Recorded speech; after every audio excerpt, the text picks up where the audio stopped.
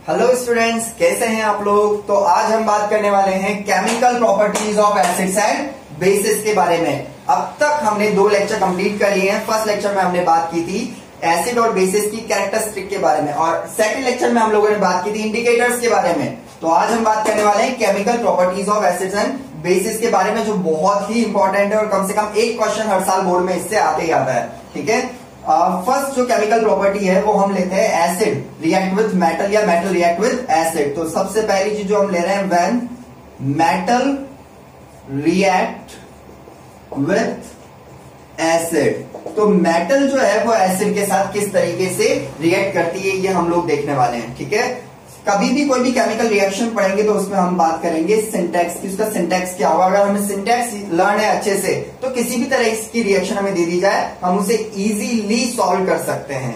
Reaction में हमारे पास होना क्या चाहिए, सबसे पहली चीज, एक तो होना चाहिए रिएक्टेंट और एक होना चाहिए प्रोडक्ट। तो रिएक्टेंट आपको गिवन है कि कौन कौन रिएक्ट कर रहा है, वही तो रिएक्टेंट होने वाला है। तो रिएक्ट कौन कर रहा है, मेटल कर रहा है। किसके साथ कर रहा है, एसिड के साथ कर रहा है। तो रिएक्टेंट तो हमारे पास है, अब हमें सिर्फ क्या चाहिए, प्रोडक्ट चाहिए। तो देखते हैं सिंटैक्स क्या कहता है। जब भी हम मेटल को रिएक्ट करवाएंगे किसके साथ, एसिड के साथ, तो वो क्या बनाने वाला है। तो देखना, मेटल अगर एसिड के साथ रिएक्ट करता है तो बिना सोचे समझे सॉल्ट बना दो। सॉल्ट क्या होता है, combination of cation and anion. ठीक है, तो मेटल जब भी किसके साथ रिएक्ट करेगा, एसिड के साथ, सॉल्ट तो बनेगा ही बनेगा। और मेटल एसिड में डालते से ही एक गैस प्रोड्यूस करती है, दैट इज हाइड्रोजन गैस। कौन सी गैस होती है वो, हाइड्रोजन गैस। काफी सिंपल है, आप लोगों को समझ आ रहा है। I am repeating, metal react with acid, ये रिएक्टेंट क्या बना रहा है, सॉल्ट एंड हाइड्रोजन गैस। बस ये सिंटैक्स आपको फॉलो करना है, कैसी भी मेटल हो, कैसा भी एसिड हो, कोई दिक्कत वाली बात नहीं होने वाली। तो देखते हैं, सबसे पहली जो फर्स्ट रिएक्शन में ले रहा हूं वो हम लोग फर्स्ट चैप्टर में पढ़ चुके हैं। आपको याद दिला दो, हम लोगों ने एक्टिविटी की थी जिंक ग्रेनल्स की। देखते हैं कि वो इसमें सेट होती है या नहीं।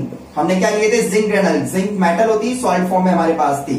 साथ में हमने लिया था dilute hydrochloric acid. Dilute hydrochloric acid को मैं HCl लिख रहा हूं, लेकिन डाइल्यूट की जगह मैं यहाँ एक्वस मार्क कर रहा हूं, कोई फर्क पड़ेगा नहीं उससे। Okay, next, metal react with acid, then it will form salt and hydrogen gas. तो यहाँ सॉल्ट क्या बनेगा, यहाँ सॉल्ट बनेगा ZnCl2, जिंक क्लोराइड। और साथ में जो गैस प्रोड्यूस होगी वो कौन सी होगी, वो होगी हाइड्रोजन गैस। ओके, सोचना ही नहीं है। देखो, मेटल थी जिंक, एसिड आपने यहां मार्क किया, सॉल्ट और हाइड्रोजन गैस, लेकिन ये अनबैलेंस है, बैलेंस करने के लिए यहाँ 2 मार्क कर दो। ठीक है, काफी इजी है। नेक्स्ट रिएक्शन कोई भी ले लो आप, सपोज हमने ले लिया आयरन। आयरन हमारी मेटल हुई, मेटल कौन सी स्टेट में है, सॉलिड स्टेट में। ध्यान रखना, ये गैस अपेरो यानी गैसेस स्टेट में हुई, ये एक्वस स्टेट में बनेगा हमेशा। सॉलिड स्टेट में हमारे पास आयरन मेटल ले लिया हमने, इसको किसी और एसिड में डाल लो, दैट इज H2SO4। ठीक है, सपोज हमने इसकी रिएक्शन H2SO4 के साथ करवाई, अगेन डाइल्यूट है तो एक्वस लिखा मैंने। जब रिएक्ट करेगा तो क्या बनाएगा, ये बनाएगा FeSO4 एक्वस सॉल्यूशन, ये बना हमारा सॉल्ट। और साथ में रिलीज क्या करेगा, सोचना ही नहीं है, hydrogen gas. Because when metal react with acid it will form salt and hydrogen gas. Simple. हम कोई और रिएक्शन ले सकते हैं। सिमिलरली हमने लिया मैग्नीशियम। मैग्नीशियम मेटल होती है, सॉलिड स्टेट में लिया, अगेन रिएक्शन किसके साथ करवाई, कोई भी एसिड ले लिया, हमने लिया यहाँ पर HCl। ओके, HCl जब इसके साथ रिएक्ट करेगा एक्वस सॉल्यूशन तो क्या बनाएगा, सॉल्ट। मैग्नीशियम और क्लोराइड का अगर सॉल्ट बनेगा तो that is magnesium chloride, MgCl2, और ये उसका हो गया एक्वस सॉल्यूशन। साथ में सोचना नहीं कौन सी गैस, सिंटैक्स के हिसाब से चलो, हाइड्रोजन गैस यहाँ पर रिलीज होगी। मैं बार बार अलग अलग एग्जांपल इसलिए दे रहा हूं ताकि आपको यही लर्न हो जाए और अलग से मगज करने की जरूरत ना पड़े। ओके, तो काफी इजी है। मेटल्स कभी भी एसिड के साथ रिएक्ट करेगी तो क्या बनाएगी, सॉल्ट एंड हाइड्रोजन गैस। कुछ और एग्जांपल भी हम लोग ले सकते हैं। सपोज मैंने लिया पोटेशियम। पोटेशियम लिया सॉलिड स्टेट में और उसकी रिएक्शन करवाई HNO3 के साथ, that is nitric acid. Acid में सारे बता चुका हूं कौन कौन से हैं, हमने पढ़े। नाइट्रिक एसिड के साथ जब मैंने इसकी रिएक्शन करवाई तो ये बनाएगा KNO3 का सॉल्ट, और साथ में क्या रिलीज करेगा, साथ में हाइड्रोजन गैस रिलीज करने वाला है। ठीक है, काफी सिंपल है। ये बैलेंस नहीं है, लेकिन ये वर्क मैं आपके लिए छोड़ता हूं, आप लोग इसको बैलेंस करके देंगे मुझे। ओके, इजी, बहुत इजीली समझ आ गया। तो ये था मेटल रिएक्ट विद एसिड। अब क्वेश्चन ये आता है कि क्या मेटल केवल एसिड के साथ रिएक्ट करती, कभी बेस के साथ रिएक्ट नहीं करती। तो हमारा सेकंड पॉइंट जो हम यहाँ डिस्कस करने वाले हैं वो क्या है, वो है मेटल रिएक्ट विद बेसिस। तो सेकंड प्रॉपर्टी जो आप पढ़ रहे हैं यहां पर, that is metal react with basis. Metal react with basis. ध्यान रखना, बेसिस के साथ मेटल रिएक्ट करने की बात कर रहे हैं। तो सबसे पहली चीज, डाइल्यूट एसिड के साथ सारी की सारी मेटल्स रिएक्ट करती है ऑलमोस्ट, ठीक है। वो उसकी रिएक्टिविटी पे डिपेंड करता है, जो हम फ्यूचर में बात करेंगे। जब हम थर्ड चैप्टर पढ़ेंगे तब हम बात करेंगे कि मेटल्स किस तरह से एसिड के साथ डिटेल में रिएक्ट करती है। उसके बारे में अभी आपको कोई नॉलेज नहीं दे रहा हूं, ठीक है। फिलहाल हम बात करते हैं, क्या मेटल बेसिस के साथ भी वैसे ही रिएक्ट करती है जैसे एसिड के साथ रिएक्ट करती? नहीं, ऐसा नहीं है। जो बेसिस होते हैं, अगर वीक बेस है तो उसके साथ मेटल रिएक्ट नहीं कर सकती। मेटल हमेशा किसके साथ रिएक्ट करती है? स्ट्रॉन्ग बेसिस के साथ रिएक्ट करती है। क्या सारी मेटल्स रिएक्ट करती? नहीं, सारी मेटल्स रिएक्ट नहीं करती। सिर्फ दो ही मेटल है हमारे पास, जिंक और एल्यूमिनियम। मैं रिपीट कर रहा हूं, सिर्फ जिंक और एल्यूमिनियम ऐसी दो मेटल्स है जो बेसिस के, वो भी स्ट्रॉन्ग बेसिस के साथ रिएक्ट करती है, ठीक है। लेकिन फिर उसका सिंटैक्स क्या होगा? क्या वो बदल जाएगा? नहीं, वो नहीं बदलेगा।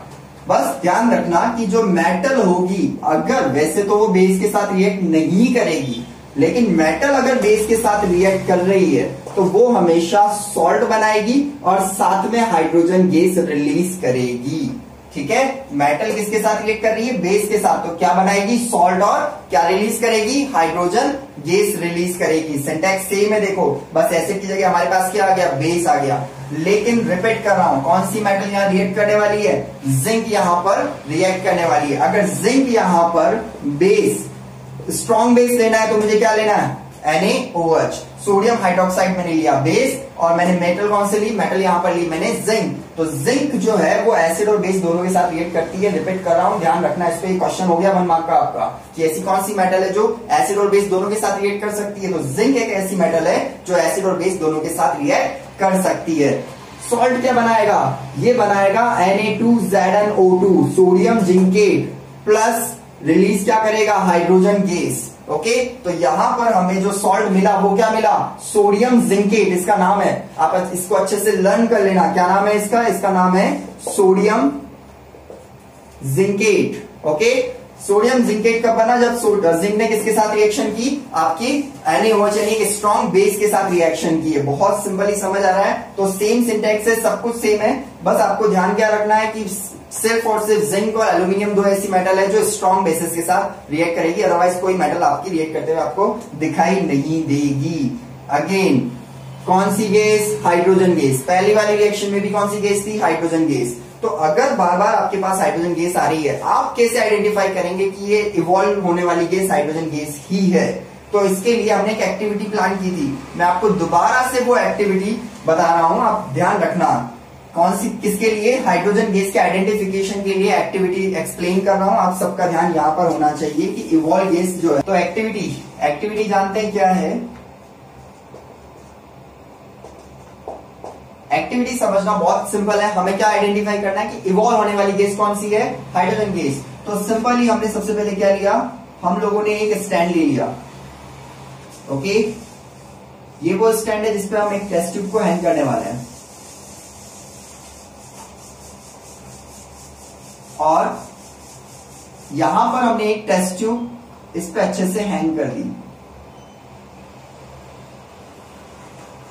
सिंपल, ये टेस्ट ट्यूब हैंग कर दी हमने इस पे। नेक्स्ट, इसके ऊपर हमने एक कॉर्क फिक्स कर दिया, ठीक है। कॉर्क इसलिए फिक्स किया गया ताकि जो इवॉल्व होने वाली गैस है वो बाहर ना निकले, ओके। अंदर हमने क्या ऐड किया? हमने जिंक ग्रैनल्स ऐड किए। रिपीट कर रहा हूं, अंदर क्या ऐड किए? जिंक ग्रैनल्स। और यहां से हमने एंटर करवाया स्मॉल अमाउंट ऑफ एसिड। तो इसमें हमने क्या ऐड करवाया? एसिड। तो सपोज हमने इसमें ऐड करवाया डाइल्यूट हाइड्रोक्लोरिक एसिड, ठीक है। साथ ही में हमने एक पाइप और पास में एंटर करवाया। ये जो ट्यूब है सेकंड वाली, इसको हमने आगे कनेक्ट कर दिया। सिंपल, तो इसको हमने आगे कनेक्ट कर दिया। कहां कनेक्ट किया? हमने एक ऐसे कंटेनर से कनेक्ट किया जिसमें हमने ऑलरेडी क्या फिल किया हुआ है? Soap solution. तो हम लोगों ने इसमें क्या फिल किया हुआ है? सोप सॉल्यूशन फिल किया हुआ है। तो रिएक्शन क्या थी? रिएक्शन थी जिंक रिएक्ट कर रहा था किसके साथ? HCl के साथ। क्या बना रहा था? ZnCl2 प्लस कौन सी गैस रिलीज कर रहा था? हाइड्रोजन। तो हमें कंफर्म करना है कि रिलीज होने वाली गैस हाइड्रोजन ही, तो कैसे करेंगे? जो गैस है वो यहां से पास होते हुए कहां आएगी, वो इस कंटेनर में आएगी, कंटेनर में जैसी आएगी सॉफ्ट सॉल्यूशन में, हाइड्रोजन काफी हल्की गैस होती है, तो ये क्या बनाएगी, ये बबल्स बनाएगी। ये बबल्स ऊपर जब जाएंगे, आप इसके पास एक लाइटनिंग कैंडल लेके आएंगे। आप लोगों के पास में क्या लानी है, रिपीट कर रहा हूं, आप लोगों के पास लानी है लाइटनिंग कैंडल। जैसे कैंडल पास आएगी, ये ब्लास्ट होगा बबल, तो बबल ब्लास्ट होगा तब क्या होने वाला है, तब इसमें पॉप साउंड डेवलप होने वाला है। ठीक है, तो bubbles with blast with pop sound. ठीक है, तो बबल जो ब्लास्ट होगा किसके साथ ब्लास्ट होगा, पॉप साउंड के साथ। पॉप साउंड कौन सी गैस हमेशा प्रोड्यूस करती है, दैट इज हाइड्रोजन गैस। तो यहां कंफर्म हो जाता है कि रिलीज होने वाली गैस कौन सी है, हाइड्रोजन गैस। ठीक है, तो सिंपल, तो यहां पर दो आपको केमिकल प्रॉपर्टीज हम डिस्कस कर चुके हैं। एसिड कैसे रिएक्ट करते हैं मेटल के साथ, और बेस कैसे रिएक्ट करता है मेटल के साथ। अब उससे आगे बात करने वाले हैं। नेक्स्ट जो थर्ड प्रॉपर्टी आती है, ये भी काफी इंपॉर्टेंट है और ये हमारी रूटीन लाइफ में भी काफी काम आती है, धीरे धीरे आप सीख जाएंगे। क्या, मेटल कार्बोनेट्स या metal bicarbonates react with acid. Okay, तो क्या बात करने वाले हैं, metal carbonate and bicarbonates react with acid, दोनों के लिए बात करेंगे हम, ध्यान रखना। तो एक बार हम मेटल कार्बोनेट को बेस मान के बात करेंगे, फिर मेटल बाइकार्बोनेट को। तो फर्स्ट जो सिंटैक्स है, ये सिंटैक्स मैं आपको बता रहा हूं मेटल कार्बोनेट के लिए। Metal carbonate, metal carbonates react with acid. जब भी एसिड के साथ रिएक्ट करेगा तो क्या बनाएगा, ये बनाएगा सॉल्ट। देखो, एसिड और बेस की रिएक्शन होगी तो सॉल्ट तो हर बार बनना है, इसमें सोचना ही नहीं है आप लोगों को। तो मेटल और एसिड, मेटल कार्बोनेट और एसिड रिएक्ट कर रहा है तो क्या बना रहा है, सॉल्ट। लेकिन यहां पर हाइड्रोजन गैस नहीं निकलेगी, यहां पर आपका रिलीज होगा वाटर एंड CO2। रिपीट कर रहा हूं, यहां पर रिलीज होने वाली गैस कौन सी है, कार्बन डाइऑक्साइड। तो metal carbonate react with acid form salt and water and CO2 gas. ठीक है, फॉर एग्जांपल हमने यहां पर लिया Na2CO3। Na2CO3, देखो कार्बोनेट, मैं आपको यहां पर साइन बता देता हूं। जब भी आपको कार्बोनेट बोला जाए, इसका मतलब यहां पर एनायन है CO3 ठीक है, और जब भी यहां पर बाइकार्बोनेट बोला जाए तो इसका मतलब है HCO3। बाइकार्बोनेट को हम एक और नाम से जानते हैं, दैट इज हाइड्रोजन कार्बोनेट। ठीक है, तो ये दोनों चीजें सेम है। तो रिपीट कर रहा हूं, कार्बोनेट का मतलब हमेशा क्या होगा, CO3 और बाइकार्बोनेट या हाइड्रोजन कार्बोनेट का मतलब क्या होगा, HCO3। क्लियर, तो ये चीज आपको ध्यान रखनी। तो यहां पर आपने क्या देखा, यहां देखा CO3, इसका मतलब मेटल का क्या लिया आपने, कार्बोनेट। सोडियम मेटल ही और उसका कार्बोनेट हमने लिया। किसके साथ रिएक्शन करवाए, हम इसकी रिएक्शन करवाना है एसिड के साथ। तो कोई भी एसिड ले लो, हमने यहां पर ले लिया HCl। ठीक है, HCl अगर रिएक्ट करेगा तो क्या बनाएगा, सिंपल सॉल्ट NaCl बनाएगा। ओके, Na और Cl मिलकर क्या बनाएगा, NaCl। आप बैलेंस कर लेंगे, बाद में हम देखते हैं कैसे बैलेंसिंग होगी। नेक्स्ट रिलीज, सोचना ही नहीं है, दूसरा प्रोडक्ट क्या होगा, वाटर। तीसरा प्रोडक्ट क्या होगा, CO2 गैस। तो इस तरीके से हम लोग यहां पर गैसेस डिसाइड करते हैं। मैं इसको इरेज कर रहा हूं, आप ध्यान रखिएगा। नेक्स्ट फिर से बात करें, मेटल कार्बोनेट एसिड से रिएक्ट किया, क्या बना, salt, water and carbon dioxide. क्या ये बैलेंस है, नहीं, क्या करें, 2 यहां पर 2 करना ही पड़ेगा, सोडियम 2 है तो वहां पर। ठीक है, नेक्स्ट क्या, अब ये बैलेंस हो गई है आप लोगों की, नो, क्लोरीन अगेन 2 हो गए। क्लोरीन को बैलेंस करने के लिए मुझे यहाँ पर 2 करना है। देखिए अब पूरी तरह से बैलेंस हो चुकी है रिएक्शन। ओके, नेक्स्ट कोई और कार्बोनेट ले लेते हैं हम। सपोज लिया मैंने calcium carbonate CaCO3। Calcium carbonate किसके साथ रिएक्ट कर रहा हूं, कोई भी दूसरा एसिड ले लो, H2SO4 के साथ। अब क्या होगा, तो देखो जब भी मेटल कार्बोनेट एसिड के साथ रिएक्ट करेगा क्या बनेगा, सॉल्ट। यहां पर बनेगा CaSO4, कैल्शियम सल्फेट। क्या बनेगा, कैल्शियम सल्फेट। और रिलीज क्या होगा, H2O प्लस CO2। यहां भी हमें नहीं सोचना है कि क्या रिलीज होने वाला है। ठीक है, सिंटैक्स फॉलो करना है बस, ये समझ करके, इजी। तो यहां एक चीज आपको क्लियरली लर्न कर लेनी है, when metal carbonate react with acid they will form salt and water and produce CO2 gas. Simple. Similarly next syntax हम लोग लेते हैं किसके लिए, सेकंड पार्ट क्या बचा हमारा, बाइकार्बोनेट्स। तो metal by carbonates. By carbonates को मैं एक और चीज क्या लिख सकता हूं, मैं दोबारा यहां लिख रहा हूं मेटल हाइड्रोजन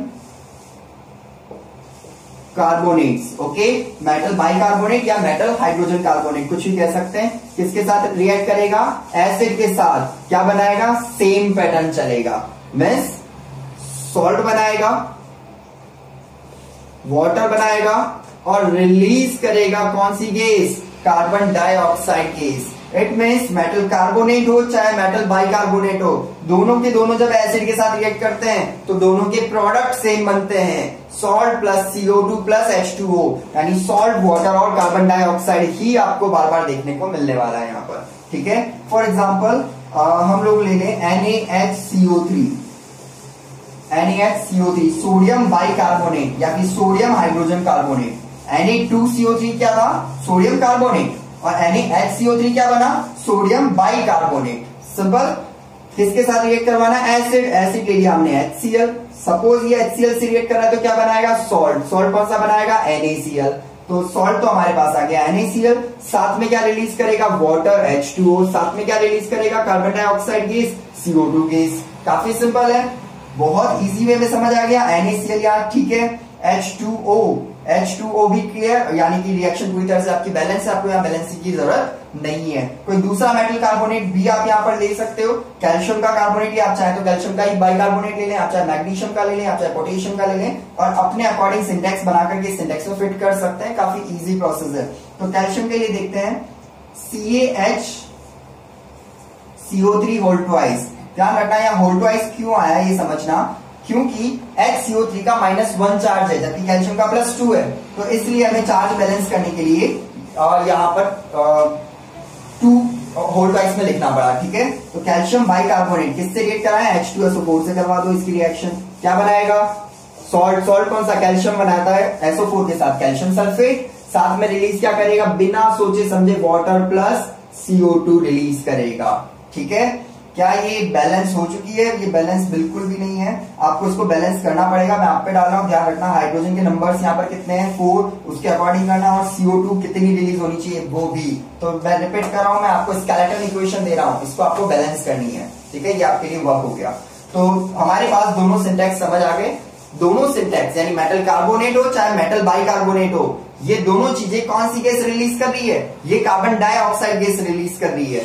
तो जैसे हाइड्रोजन में हमने बात की कि हाइड्रोजन गैस इवॉल्व होती है, तो कैसे पता चलेगा कि वो गैस हाइड्रोजन ही है, तो उसके लिए एक्टिविटी की। उसी तरीके से कैसे पता चलेगा कि इवॉल्व होने वाली गैस कार्बन डाइऑक्साइड है, तो इसके लिए भी हमें एक एक्टिविटी की जरूरत है। तो आप एक्टिविटी समझेंगे, एक्टिविटी किसके लिए कर रहे हैं हम लोग एक्टिविटी कर रहे हैं कि भाई जो मेटल कार्बोनेट और बाइकार्बोनेट है, ये जब CO2 प्रोड्यूस कर रहे हैं तो वो CO2 हमें कैसे पता चलेगा कि वो इवॉल्व होने वाली गैस CO2 है। तो बहुत ही सिंपल है, बहुत ही सिंपल फंडा है इसका, कोई इसमें लोड लेने वाली बात नहीं है। हमेशा ध्यान रखना, हमें यहां पर जो चीज काम में लेनी है, तो सबसे पहले तो हम पढ़ रहे हैं एक्टिविटी किसके लिए, for identification of CO2 gas. Okay, CO2 gas की आइडेंटिफिकेशन के लिए हम लोग ये चीज कर रहे हैं। अब यहाँ पर क्या होगा ये समझना, हमें किस किस चीज की जरूरत पड़ेगी, हमें CO2 प्रोड्यूस करने की जरूरत पड़ेगी और साथ ही हमें लाइम वाटर की जरूरत होगी। बहुत सिंपल वे में समझा रहा हूं मैं आपको, और कई बार इससे क्वेश्चन भी पूछे गए हैं, 2 और 3 मार्क तक के क्वेश्चन भी इस एक्टिविटी से पूछे गए, ये ध्यान रखना बोर्ड में। हमने एक टेस्ट ट्यूब ली, टेस्ट ट्यूब में हमने क्या ऐड किया, टेस्ट ट्यूब में हम लोगों ने ऐड किया कोई भी मेटल कार्बोनेट या मेटल बाइकार्बोनेट। सपोज कि हमने यहाँ पर मेटल कार्बोनेट Na2CO3 काम में लिया। ठीक है, क्या ऐड किया साथ में, इसमें हमने ऐड किया एसिड, कोई भी dilute acid, HCl hydrochloric acid ही काम में ले लिया। और जो ये इवॉल्व होने वाली गैस है, इसको हमने सबसे पहले एक रबर कॉर्क में ट्यूब डालते हुए आगे पास करवाया। ठीक है, आगे जब पास करवाएंगे, सबसे पहली चीज CO2 जब गैस रिलीज होती तो ब्रिक्स एफरवेंस के साथ रिलीज होती है, ध्यान रखना आप लोग। CO2 एक ऐसी गैस है जो हमेशा ब्रिक्स एफरवेंस के साथ ही रिलीज होती है। ब्रिक्स एफरवेंस यानी जो जिसमें छोटे छोटे बुलबुले से निकलते हैं। ठीक है, बहुत ही एग्रेसिव गैस होती है। इसको हमने दूसरी टेस्ट ट्यूब में पास करवाया, तो मेरे पास यहाँ पर सपोज सेकंड टेस्ट ट्यूब है। ये टेस्ट ट्यूब जो है इसमें ऑलरेडी मैंने क्या फिल किया हुआ है ये समझना। इसमें एक सॉल्यूशन फिल किया हुआ है, वो सॉल्यूशन है लाइम वाटर का CaOH होल ट्वाइस। ठीक है, तो जो पास होने वाली गैस है, इवॉल्व होने वाली गैस है, इसमें से कौन सी गैस निकल रही है? CO2। वो CO2 किससे पास हो रही है? लाइम वाटर से। तो रिएक्शन समझना यहाँ क्या हो रहा है, जो CO2 गैस है अगर कभी भी लाइम वाटर के साथ रिएक्ट करती है तो वहां पर हमेशा मिल्की सॉल्यूशन बना देती है, यानी सॉल्यूशन में क्या आ जाती है? मिल्कीनेस आ जाती है। रिपीट कर रहा हूं, इवॉल्व गैस अगर CO2 है और उसको लाइम वाटर से पास करा रहे हैं तो सॉल्यूशन में क्या आ जाएगी? मिल्कीनेस। ये ऑब्जर्वेशन आपको ध्यान रखनी है। ठीक है, तो फिर से ध्यान देंगे। सपोज कि मेरे पास एक टेस्ट ट्यूब है, इसके अंदर से हमने क्या पास करवाई? हमने इवॉल्व की CO2 गैस। उस CO2 गैस को हमने किसी दूसरी टेस्ट ट्यूब में एंटर करवाया। उस टेस्ट ट्यूब में क्या है? उस टेस्ट ट्यूब में ऑलरेडी लाइम वाटर है, तो in that case lime water क्या हो जाएगा? मिल्की। और अगर लाइम वाटर मिल्की हो गया तो इसका मतलब जो इवॉल्व गैस है वो कौन सी है? CO2 gas. ठीक है, लेकिन ये रिएक्शन यही नहीं रुकती। सपोज कि आपने ज्यादा CO2 गैस पास करवा दी तो क्या होगा? तो रिएक्शन यहां क्या हुई थी, जो CO2 गैस है वो लाइम वाटर से अगर पास करते हैं तो ये बनाती है CaCO3 प्लस H2O। ठीक है, क्या बनाती है? CaCO3 प्लस H2O बनाती है। ठीक है, ये आपका लाइम वाटर हो गया और ये होता है सेटल डाउन।